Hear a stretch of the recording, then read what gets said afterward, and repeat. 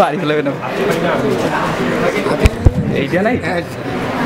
আসসালামু আলাইকুম, আমার নাম মোহাম্মদ ওয়াসিমুল হাসান মিসবা। আমি রংপুর মেডিকেলে সেকেন্ড ইয়ারে এবার। তো আজকের এই রিইউনিয়ন আসলে নাজমুল ভাইয়ের প্রাইভেটের তরফ থেকে। তা আমরা অবশ্য 2-3 বছর হয়ে গেছে। আমার ক্লাস 10-এ মূলত পড়ছিলাম ভাইয়ের কাছে।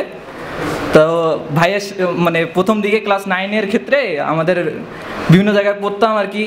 তা বিভিন্ন ফিজিক্স কেমিস্ট্রির অনেক কিছু গ্যাপ থাকতো আর কি, অনেক কিছু মানে ফিল পাইতাম না অনেক কিছু।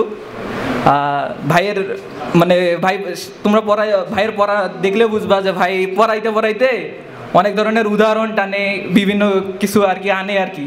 তারপরে ভাইয়ের ওয়াজ আছে আরও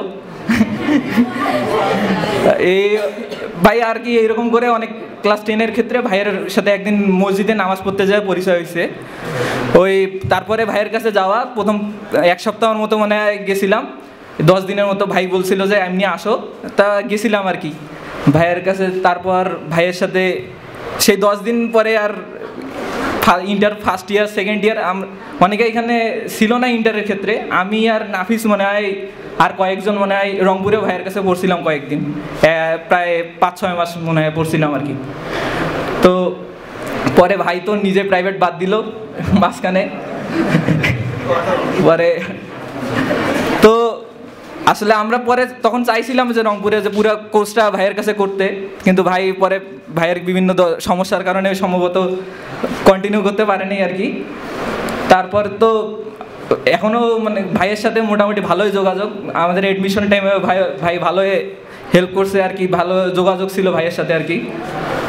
আর বলতে কি যে ভাইয়ের সাথে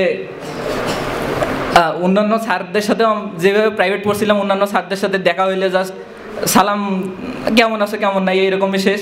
ভাই এখনও খোঁজ নেয়। আর দ্বিতীয় কথা হইলো